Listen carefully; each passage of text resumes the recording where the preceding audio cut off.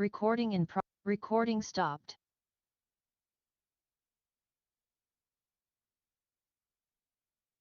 Recording in progress. Recording stop. Recording in progress.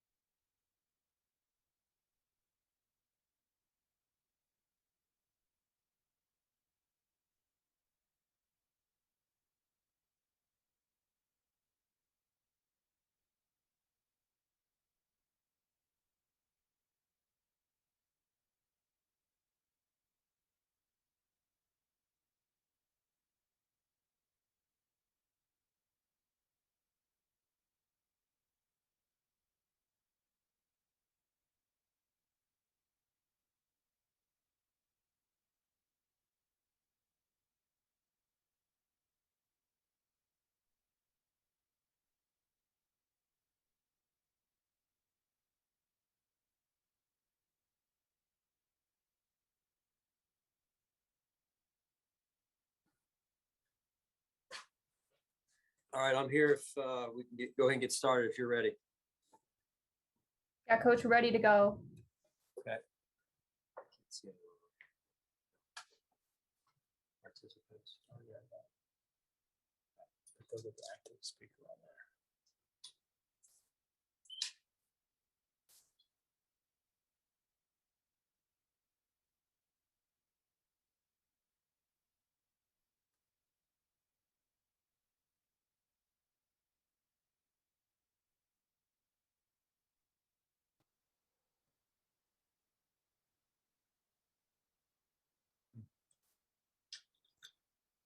All right, I guess I'm first here. I couldn't figure out how to put my hand up. Sorry, Sean. Right. After looking at the film, what seemed to be some issues with the offensive line? Yeah, I mean, again, I'll start where I started after the game, John. I give them credit. They've got a couple good players up there, and they did a good job. I thought schematically they did a good job as well. And overall, we could have done a better job in terms of our one-on-one our one-on-one blocking, both in the run and the pass game.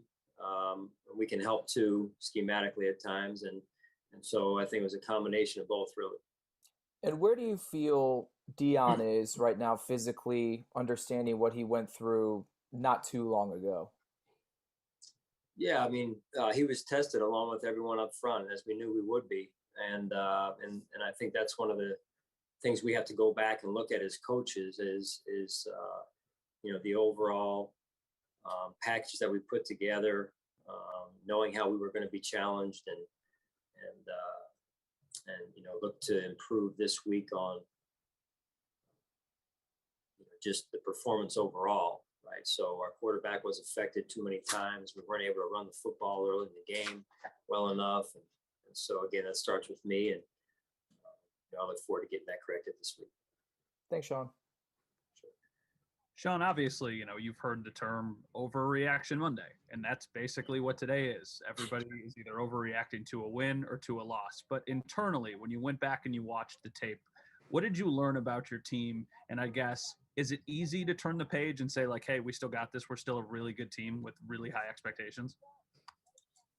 Well, I think you are what you are, and that's as that saying goes, right? I mean, right now we're 0-1, and we got to turn the page, as you mentioned. We've got to get ourselves ready for a tough divisional game away at Miami, a team that's 1-0 and playing good football. So, you have to establish yourself every week. Do I feel like we have a good football team? I do, but we got to play that way. We got to coach that way, and so.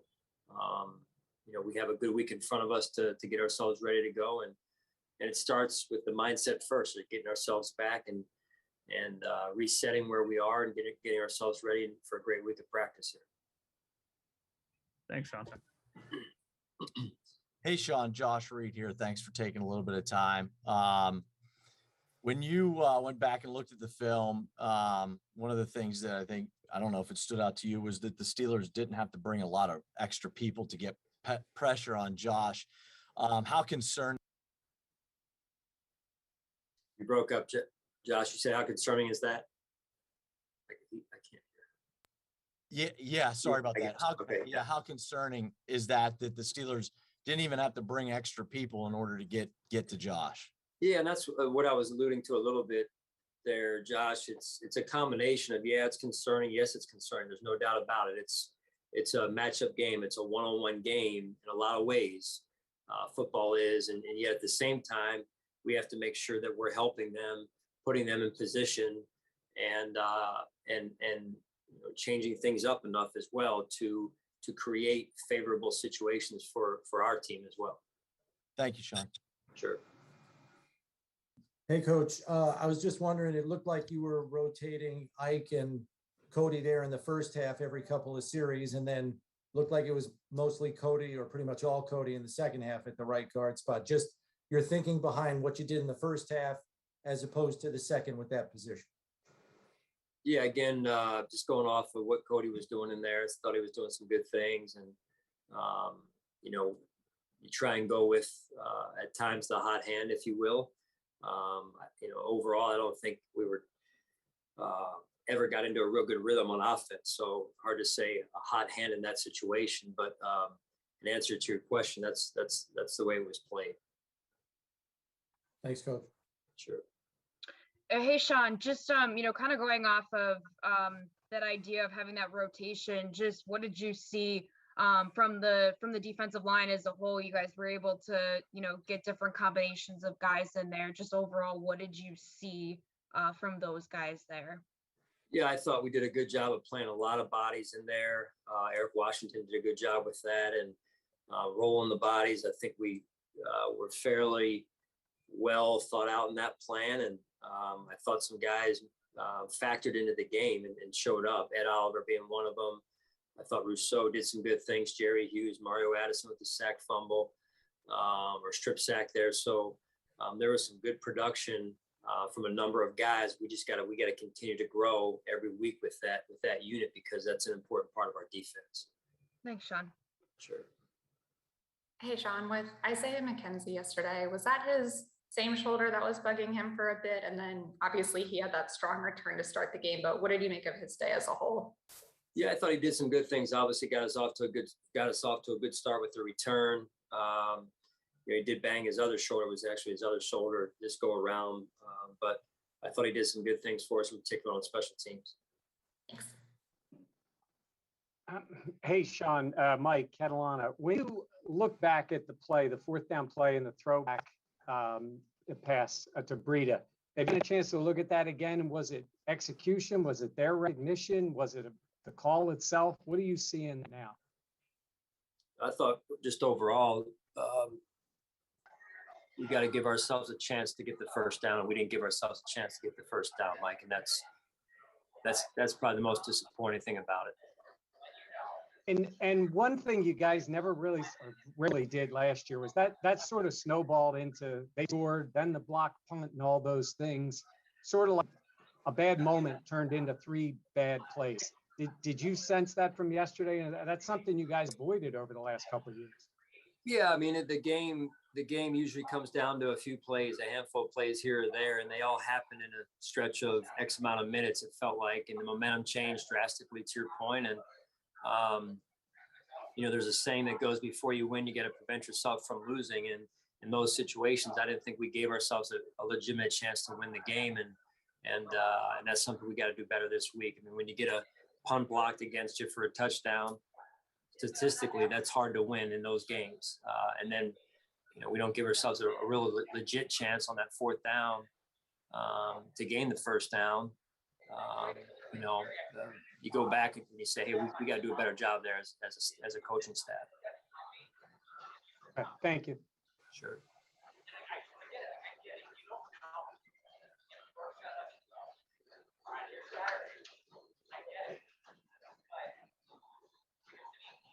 Go ahead, Pat. Coach, I wanted to ask you about the differences and the challenges of coaching the first couple of games compared to when you have more book on an opponent. Is that what you were referring to yesterday? You have to give me an example of what you're referring to here. Well, meaning you have more film study, more game film on an opponent.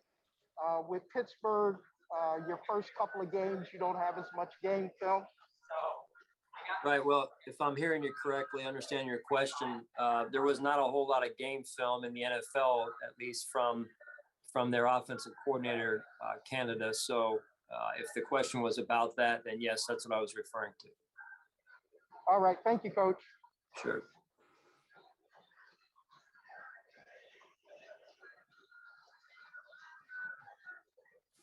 Hey, Sean, Adam Benini, they just asked me to unmute. Can you hear me okay? I got you. Yep. Go ahead, Adam. Okay. Thanks, man. I didn't see an indication on the screen. Hey, just kind of going back to yesterday, your teams are always known for being so prepared, right? I mean, you've done a very solid job of that. When you analyze what went wrong against Pittsburgh, was it a preparation issue from the coaching staff on down, maybe as you've alluded to somewhat? Was it execution on the field? If you could pinpoint kind of the issue and diagnose it, looking toward Miami next week and how you're ramping up for that game, I guess what's your analysis of that? I just feel like overall, Adam, listen, we did some good things, right? I mean, that's a good football team. Give them credit. They've been a good football team. And so we were up 10-0 on them at half. And, then there was a pretty drastic swing in the second half there, and where we didn't play good football. And we didn't coach good football at times in that stretch. And so, you're going back and I'm looking at it and I'm saying, hey, we can do things better. Fundamentally, we can do things better. Our plan can be better. Putting the players in position, I got to do a better job of that. And then when, we have opportunities, when those opportunities came up, we got to make the most of them. And I didn't think we did that as well. I mean, you go back to the first, after the kickoff return, and we've got the ball at the plus 20 some yard line, and we come away with 3 points. That's a moral victory for the opponent at that point, right? So there were opportunities for us in the game, and we didn't take advantage of them. I felt like just overall as a team, coaches included here. Thank you, Sean.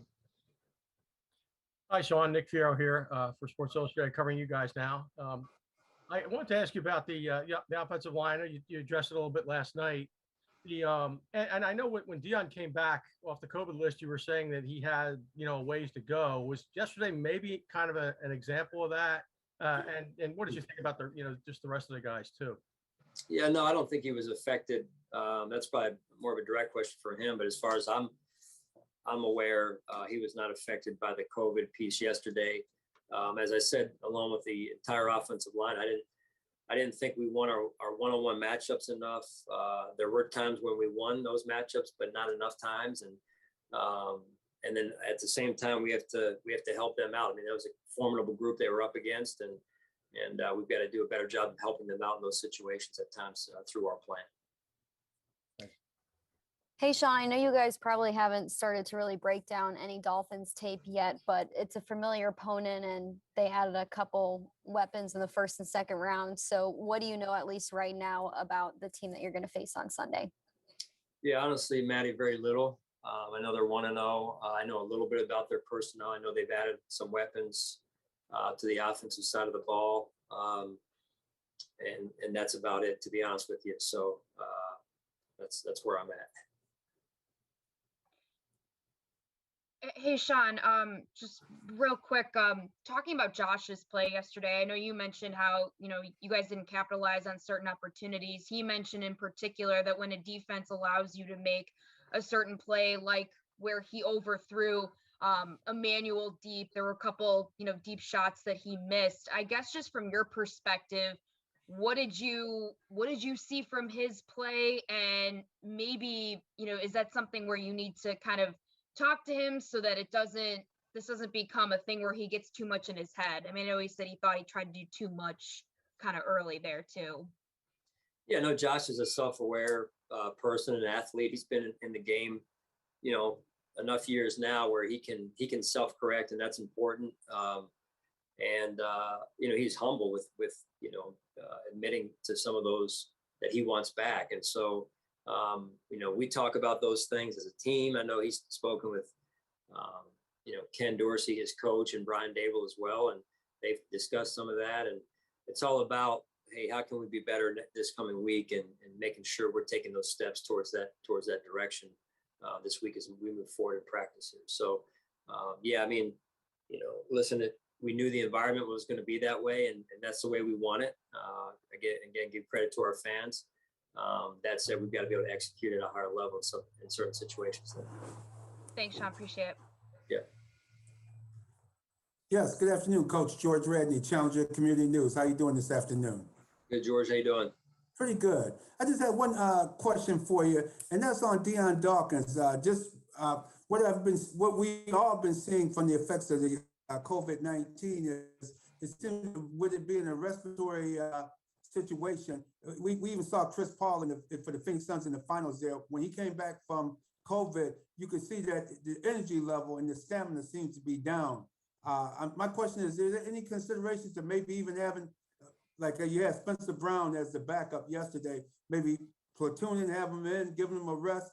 Because it seems like his endurance and stamina, and definitely losing those 15 pounds, his strength seemed like he just wasn't himself yesterday. Yeah, we're always going to go and look at those things, with our medical staff, George, and make sure that he's right and healthy and as ready to go and strong as he needs to be in order to do the job. All right, thanks. Yeah, thank you. Coach, good afternoon. Wookie Hawkins, Well4 Sports Today. How's it going? Good, Mookie. How are you, buddy? I'm okay, Coach. I'm all right. The tight end play in that second half, how do you feel that they affected that ball game yesterday? And give us your overall assessment of your team week one. You talking about our tight ends or their tight ends? Their tight ends, the Pittsburgh Steelers tight ends. How were they able to affect the game in the second half for you guys? Yeah, I mean, I thought Ben, like any good veteran quarterback, spreads the ball around. They drafted Freiermuth out of Penn State, and thought he was effective at times. And then Ebron made a catch or two. And then give me the last question was assessing. Just your overall assessment, just seeing your team play for the first time. Yeah, I mean, obviously we didn't get the result we wanted. So as I said before, that starts with me, and I got to make sure I'm putting them in position. And then, we got to do some things better, just fundamentally better. I thought fundamentally we were flawed in some areas that we got to do better. And blocking, catching, tackling, throwing, opportunities on the ball, taking care of the football, not beating yourself with penalties, the discipline behind that.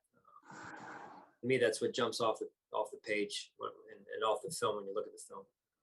Absolutely, man. And we always know that, if they're going to get you, you better get me week one. It's a long season, and I'm quite sure that your team will be ready every step of the way. So good luck next week, Coach.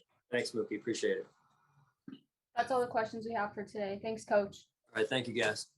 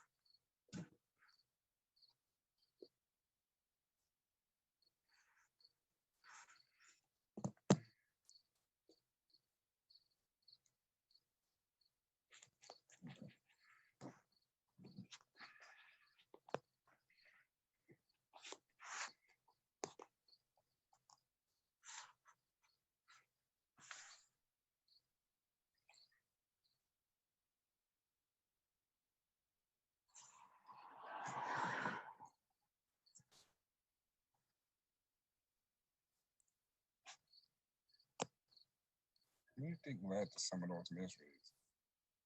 Almost put their hands up.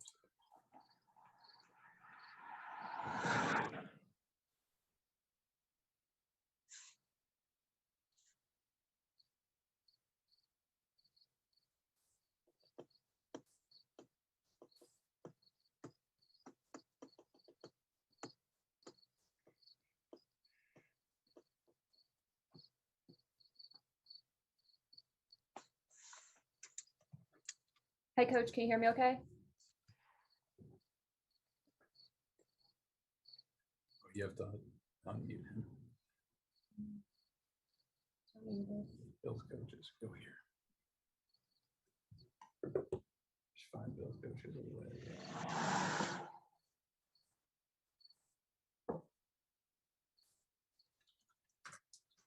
You there? Yeah, hi. Hey, coach, can you hear me okay? Yeah. I can. Hi, Brian. It's Nick Fierro from Sports Illustrated. You guys, Hey, Nick. how are you? Good. You guys had a rotation going on the line yesterday with the guards. Anybody emerged from that, or is that still kind of a work in progress? Yeah, I think we'll take it week by week. We felt Cody was doing a pretty good job in there, so Bobby thought that he would be a good guy to keep in there for a while. He did a pretty good job in there. Obviously, got to do better, but we'll take it week by week. Hey, Brian, Mike Catalana. Hey, Mike. Hey, the 4th and 1 play when you went back to Breida. Yeah. On the television broadcast, it looks like Sutton recognized the play. Was it execution? Is that one you want back? What did you see there?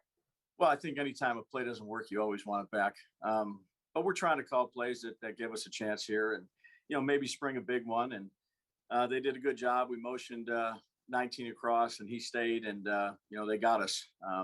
We're trying to be aggressive there, and certainly you'd like to have all those calls back that quite don't work out the way you hoped. But we're trying to be aggressive.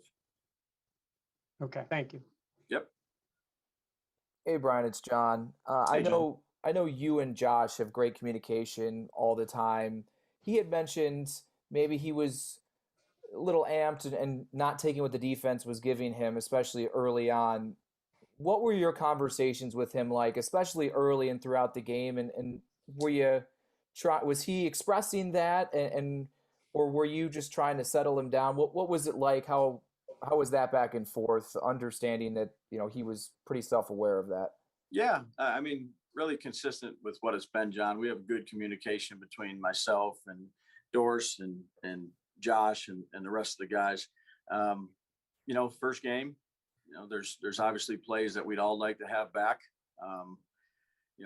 Certainly made some good ones against a good defense, but at the end of the day, we stalled there in the fringe in the red zone, and as Mike alluded to, we missed on a couple of those short yardage opportunities, and that's the game against a really good defense that's holds opponents to usually 300 yards or less in most of their games.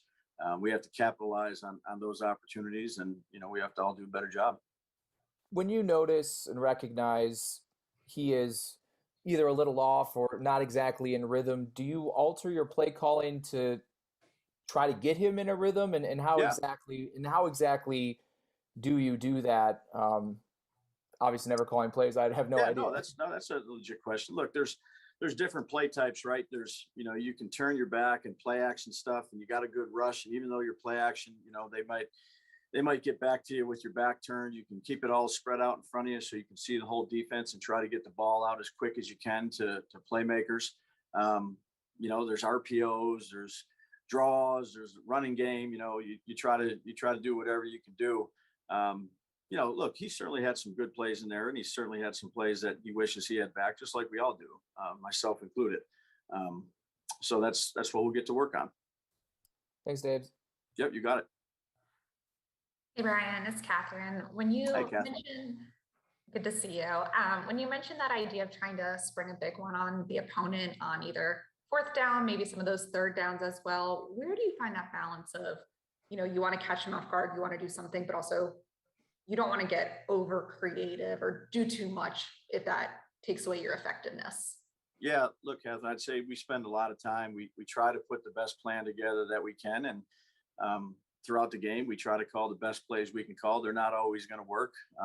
Again, certainly you'd like to have some back, but you put a lot of work and effort into it and a lot of studying, and you have a plan, and that plan kind of adjusts throughout the game. And, you'd like them all to work. There's no question about it. Unfortunately, it didn't, and I'll take responsibility for that. Hey, Brian, Josh Reed here. Hey, Josh. Hey, man. Thanks for taking a couple of minutes today. Yeah, no problem. Steelers were able to get a lot of pressure on Josh and didn't seem like they had to bring anything more than just the guys up front. When you went back and watched it, I would assume that's pretty big concern of yours. Yeah, look, our job is to protect the passer from inside out, keep the depth and the width. Certainly we'd like to do as good a job as we can do that. But when you play against a team like that, you go back to the last couple of years, these games have kind of been like that against this team. Give credit to the Steelers, give credit to the Coach Butler and to the players that they got. They're hard to deal with. So that's something that we work on every week. We're going to have to work on it this week. But give credit to those guys. They're a really good defense. Hey, one last quick one, and correct me if I'm wrong, but I know that a lot of people are talking about this 4th down and 1 call and the pitch back to Breida and everything. Yeah. Did you not run that a couple of years ago? And wasn't it successful? Am I wrong? Maybe I'm wrong. I may not be remembering it correctly. Am I wrong? Did you ever run that play or no? No, we didn't run it. Okay. I'd say the Bills ran it a while back. Okay. With Bledsoe. Okay. And they hit a big one on it. Okay. Again, you're going to try to put those guys in the best position you can, and you wish they all work. So again, I'll take responsibility for that call. Sure. Okay. Thanks. I appreciate it. Thank you. Yep.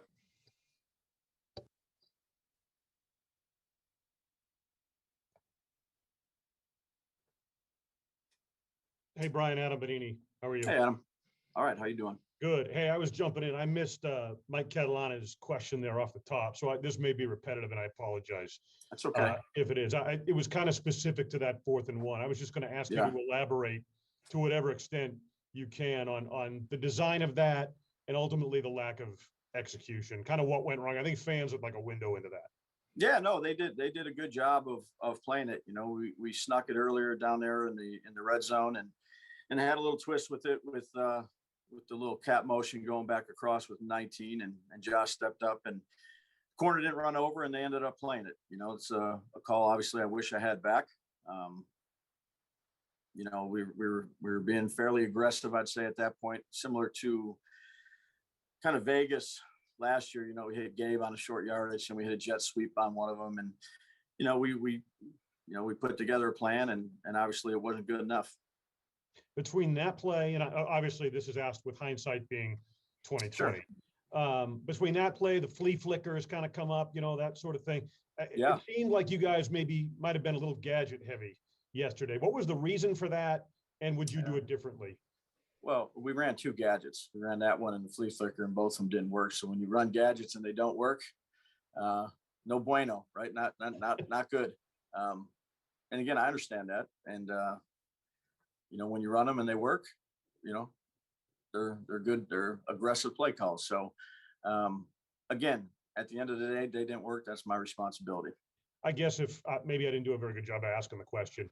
It suggested to me anyway, maybe was there an issue, whether it was the offensive line or whatever was going on? Did you feel maybe you needed to resort to that given the way the Pittsburgh's defense was playing you, or was that just something you had in? No, we've been working on those plays since the beginning of OTAs and training camp. And, we thought at that point in time, we thought that was the right call, and obviously it wasn't. All right. Thanks, Brian. Appreciate it. Got it.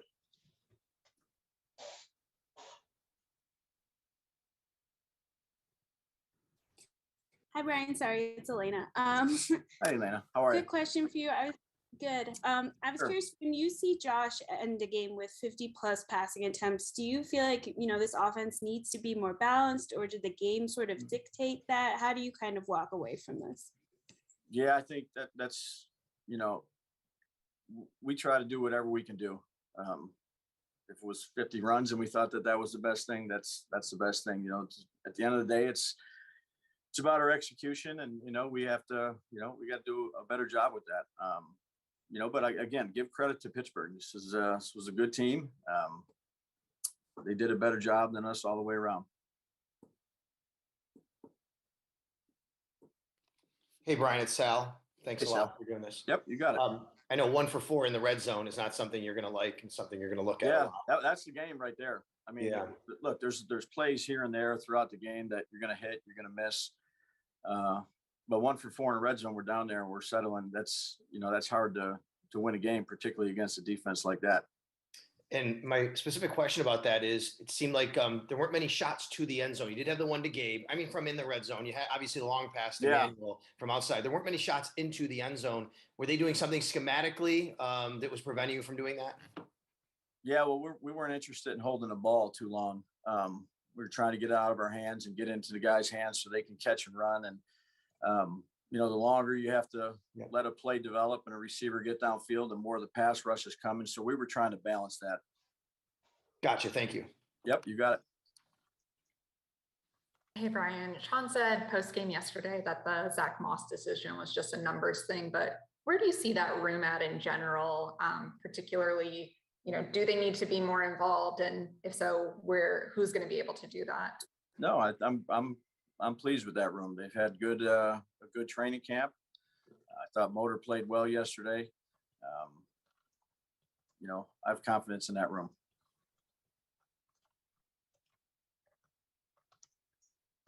Coach Daboll and Mookie Hawkins, Waffle Sports 1080. How's it going? Hey, Mook. Okay, how you doing? I'm doing good, Coach. Now, in the early process of the game, you were calling some good plays. That you were emptying out. You were flipping Singletary on play side, and y'all was running those 4 verts. You had some great pay calls, but it just seemed like Josh was, he misread on some of those. Do you think he was predetermined in some of those routes? No, I thought, look, Josh would be the first one to tell you there were some that he'd like to have back. Like I said, just like all of us would, starting with me. There's a decision that you have to make, and you have to make it quick when guys are rushing and getting on you. And I'm certain that he would like to have a few back, but that goes for everybody. Again, give credit to Pittsburgh. Absolutely, Coach. And how about the play of Devin Singletary? Care to talk about the way he played for you yesterday? Yeah, I thought he made some nice runs when there wasn't, there was, a few defenders in a hole. He made some cuts and got north and made some nice plays. And, Devin's had a good camp. I think he had a good game yesterday. We'll keep working with him. Absolutely, Coach. I know how week 1 is, trying to dial it up and get things in sync and chemistry and all that. I know you'll do a great job going forward. Appreciate you, Mook. Yes, sir. Good luck this week. All right. Thanks. That's all the questions we have. Thanks, Coach. Okay. Thanks, guys.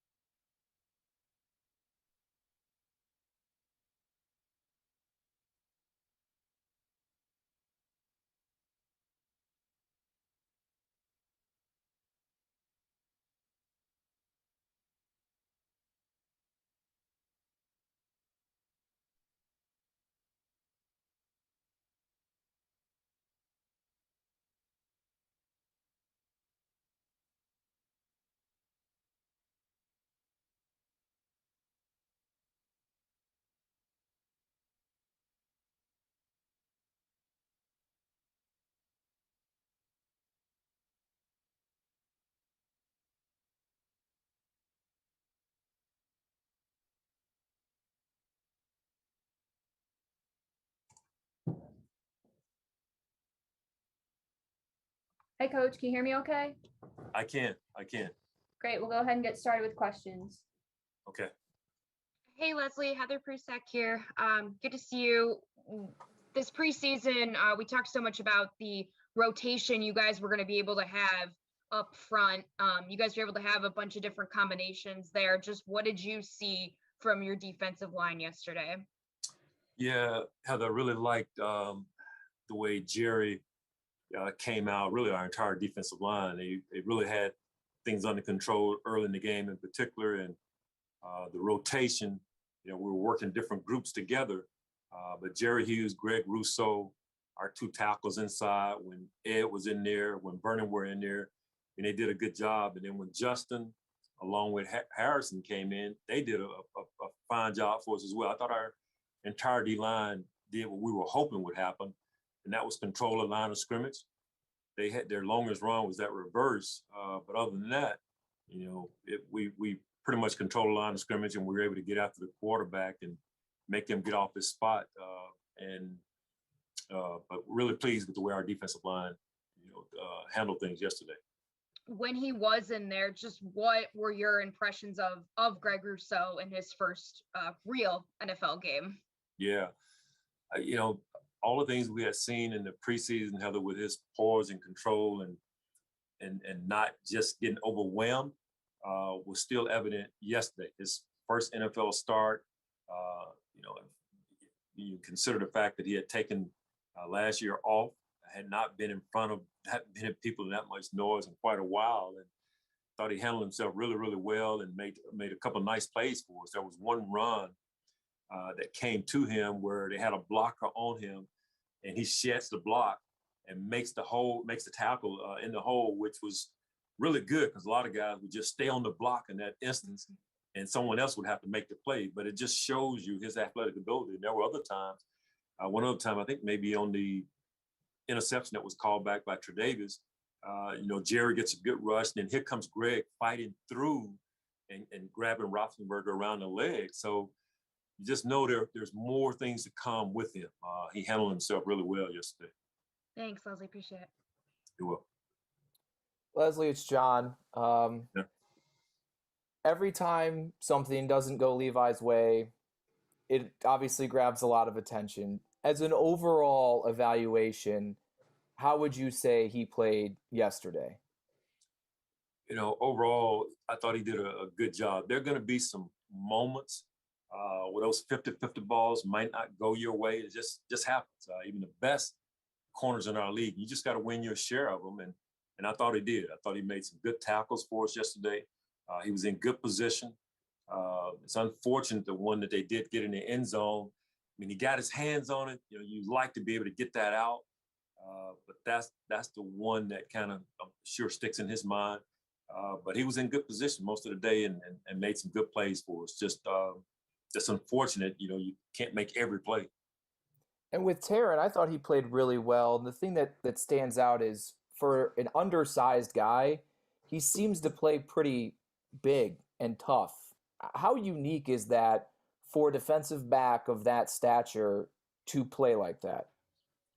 Very observant, John. I was watching the tape, man, and I was telling the coaches, I said, this is one tough dude, man. He's not the biggest guy, as you mentioned, but you wouldn't know it by the way he plays. He plays big. He's in there where the linebackers line up at times, and there he is using his hands, even though he has a soft cast on, he's using his hands and shedding blocks, and ended up making a couple of big open field tackles for us. They were throwing a lot of wide receiver screens, and he got off a couple blocks and made some plays for us. But he's a tough football player. Really, he can cover, he can tackle. He's just a good player, a smart player. Thanks, Leslie. You're welcome. Hey, Leslie, good afternoon. Sal here. Hey, Sal. I'm going to piggyback on John's first question about Levi, but I remember last year when he went through a bit of a rough patch. I remember what you said, which is at some point you have to make a play. If you're going to get picked on a lot, you got to make a play to make him stop picking on you. It seemed like Ben was going after him. He was picking on him. He had the pass interference, the other call. Is that what it comes down to? Make a play and you'll get them to stop doing that.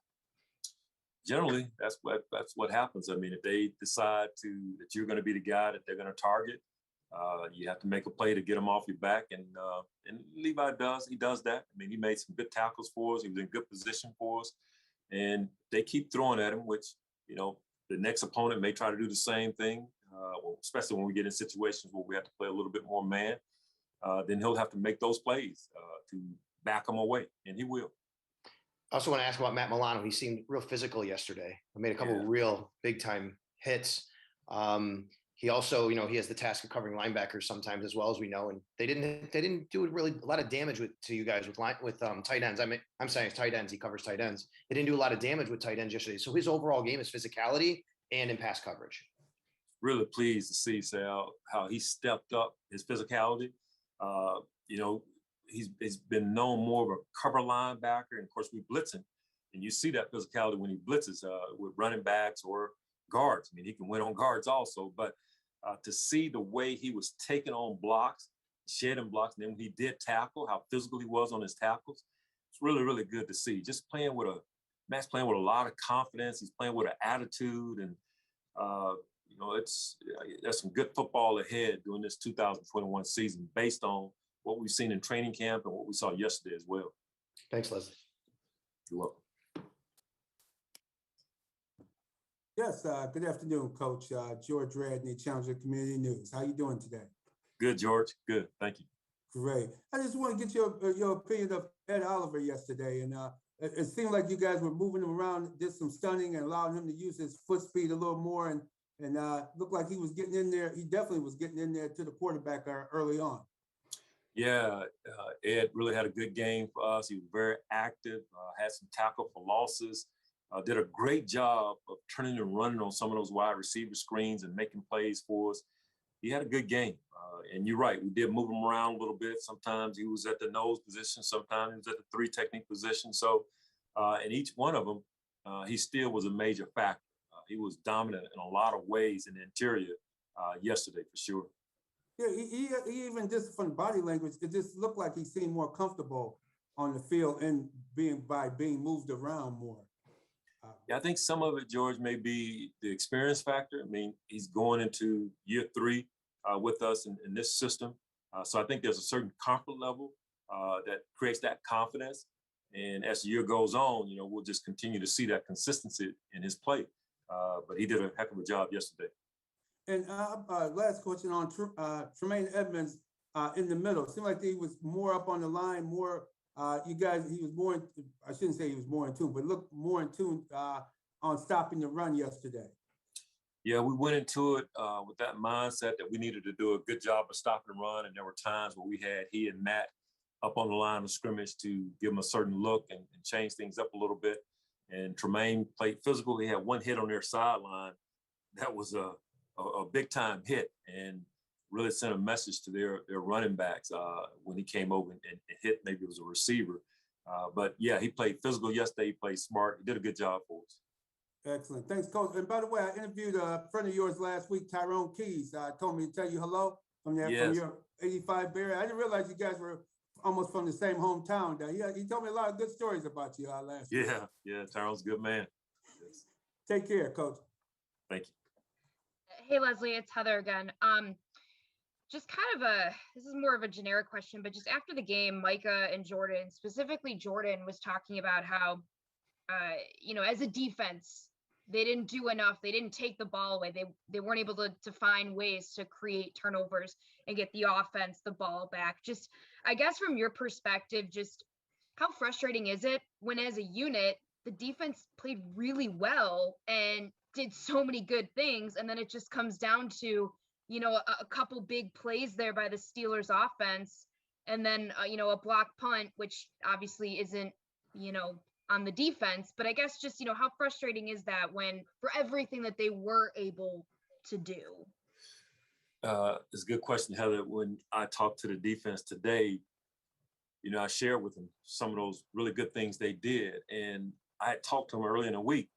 The difference in our 2 wins in our mind against the Steelers over the last couple of years was the fact that we had taken the ball away. We had won that turnover differential battle. And so going into it, we felt like, because each one of those games previously were close games, we said this is probably going to be another close game. The takeaways by our defense will probably be the difference.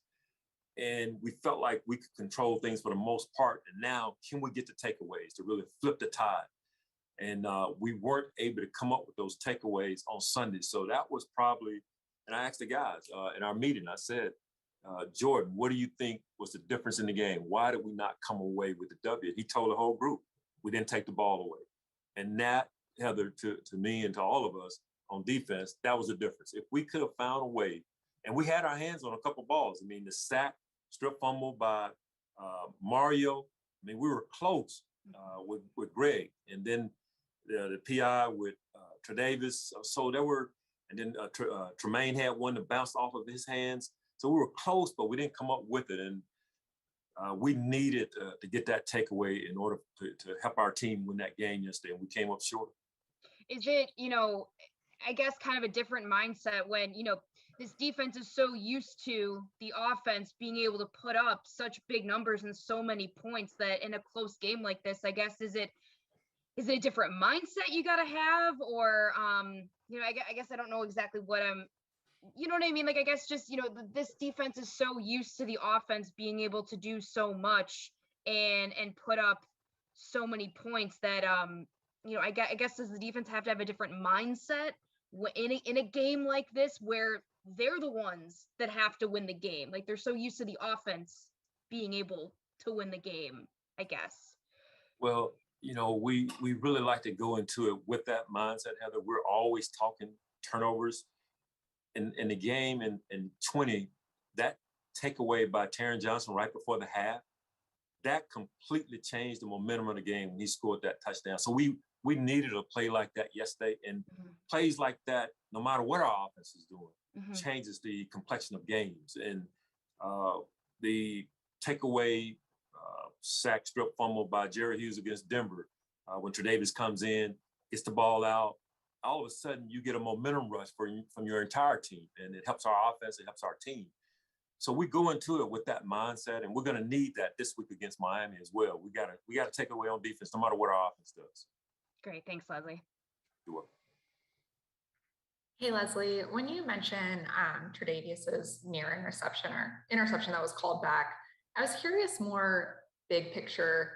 Any game, obviously, a player is going to have ups and downs, but when they come like sandwich 15 seconds with each other of he makes the play, it's called back right away. How do you handle that? Do you do anything different when it's just such a switch so quickly for a player?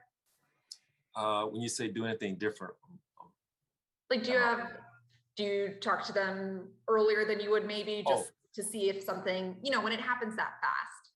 Yeah, maybe when he comes to the sideline, Captain, I'll chat with him and try to encourage him to be able to bounce back. Now, we have some of those conversations prior to the game too, because we know stuff is going to happen, and we're always talking about moving on to the next play. And when a play like that happens, the one that Tre'Davious was involved in, if you're not careful, then you get frustrated and it can carry over and affect your next play. So we always talk about moving on from that play and get ready to play the next play. And I thought Tre'Davious did that, most of the day. I hope I'm answering the question. Yeah, thank you. Hey, Leslie, what's your early diagnosis of the Miami Dolphins? I know Tua is their starter right now, and they have a couple new weapons, one of those being Jalen Waddle, and maybe what you think the defense can do to help come away with their first win of the season. I've only just taken a brief look at them, earlier, and I got to, dig a little bit deeper, but the little bit that I saw, Tua has really improved. He's grown for sure, and they've got quite a wide receiving core. Adding Will Fuller and then Jalen. Preston. They got an excellent wide receiving crew and offensive line that's still intact from a year ago. And their running back, Miles, he's a good back as well. So they've got an improved offense, and we're going to have to do a really good job of controlling and not giving up big plays and finding ways to take the ball away on defense and put our offense on a short field or score on defense. But they've got some weapons on that side of the ball. Hey, Leslie, it's John again. I know you said you haven't dug too deep into Miami, but you're well aware of Mike Gesicki. He's someone that's kind of been an issue in the past. How has your approach to neutralizing him maybe shifted over the years that you've faced him now a handful of times? Well, he's a good player for them, obviously, and he's really improved every year that he's been there in Miami. And we'll have to pay attention to him when he's in the ball game. And I got to get a better feel for how they're using him with this new crew and with the receiving core that they have. But he's an outstanding pass receiving tight end and a guy that you really have to pay attention to. So we'll see as we go along. But we're conscious of him for sure, very conscious of him. You mentioned, again, I understand it's still early in the week, but just on the surface, I would assume it may add a little stress or alter your abilities to cover him, understanding they have more wide receivers or weapons potentially out on the field than in years past.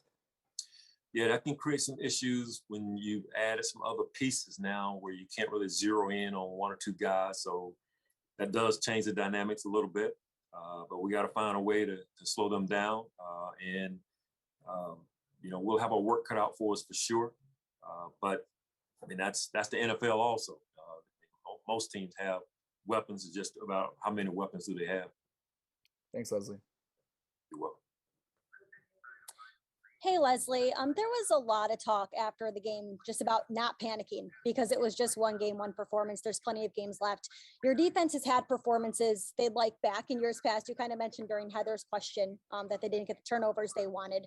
So being there before, how have you seen this unit kind of move on and fix these things like good teams do, especially so early in the season when, you've kind of got that one loss now under your belt and you're trying now to, I guess, play catch up if you kind of want to say it that way. Yeah, in the past when we've had situations where we've had some adversity as a team or as a defense, we've been resilient enough to move on and, go on to the next game and the next situation. And that's why, we've been in the playoffs after having some bumps in the road during the season. And that's a sign of a mature team. That's a sign of good leadership on your team. And we've had that in the past. Now, the thing about this team is this is a new team. This is 2021. So, we think we have those things in place, but time will tell. Adversity kind of reveals in a lot of ways who you are, what you will become. And so we'll be learning about the 2021 group as we go, as we move forward. But hopefully we learn some really good lessons from this game on yesterday, and that will help us in the future. That's been the case in the past. Whether you talk about the Arizona game and how that game ended or bouncing back from the little period we had against the Chiefs and the Titans a year ago and getting on a winning streak, we'll see. We all believe that we have the right pieces on our team to bounce back from yesterday and not let that be the defining moment in our season. That's all the questions we have for today. Thanks, Coach. All right, you're welcome.